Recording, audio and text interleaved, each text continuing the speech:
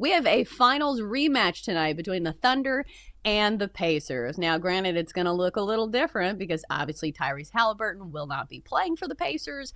So Oklahoma City, 7.5-point road favorites here. 231.5 is your total. The Thunder looked like an absolute wagon in their first game of the year, but it went to double overtime. So I think my first read on this game is that, do you think this will be a letdown spot for the Thunder, or do you say it is the second game of the season and this is a finals rematch?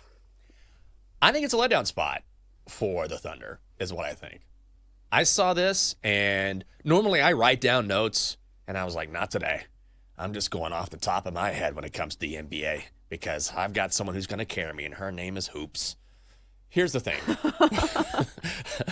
For those of you wondering, that is me. That's Chelsa. We just named her for today only, because nobody likes a nickname that they don't really want. So I'm just giving you a hard time.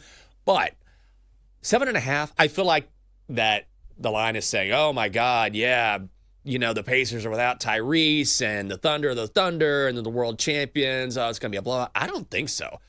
The one thing about the Pacers that I think went underappreciated last year was how much depth that they had in the postseason and how effective that depth was, right? It was a different guy coming off the bench, stepping up, playing well, in addition to Tyrese. So when you look at this roster, it's still a really deep and talented roster. And I think you have a guy in Rick Carlisle who knows how to coach these guys. They know what is at stake this season, that it's going to be a bit of a letdown because Ty isn't there, but they can still play. And also, even with the day off, going to double overtime against the Rockets in game one, I can't help but think there's going to be a natural letdown. They had the ring ceremony, and it was back and forth. That felt like a finals game. And so despite the rest, I just feel like we're not giving Indiana enough credit here.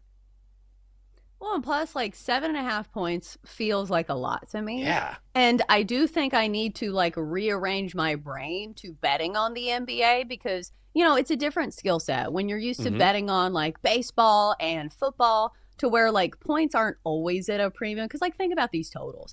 Sometimes you're 7.5 points is a lot.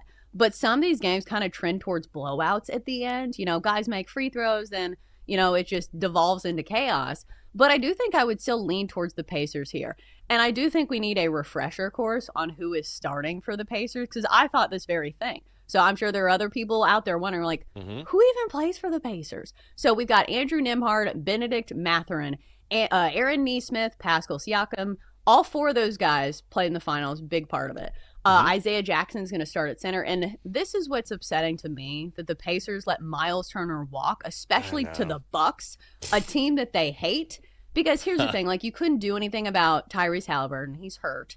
But Miles Turner, you could have kept him. You could have spent some money. You're a team that just went to the NBA Finals. How about trying to keep some of that momentum?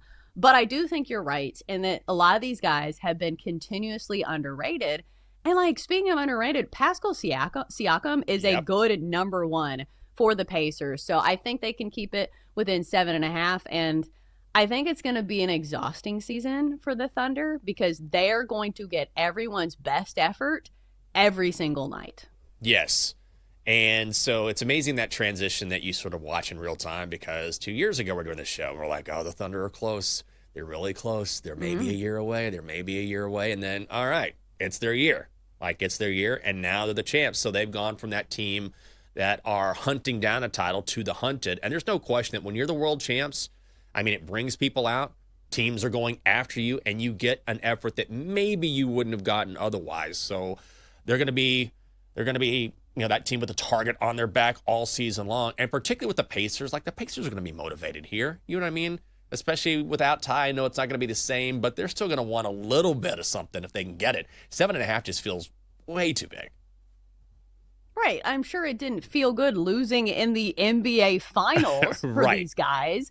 So if anybody's going to be motivated, it's certainly going to be the Pacers. And I just think it's one of those things where it's difficult to keep your motivation if you're a team like a Thunder where your biggest goal is the postseason.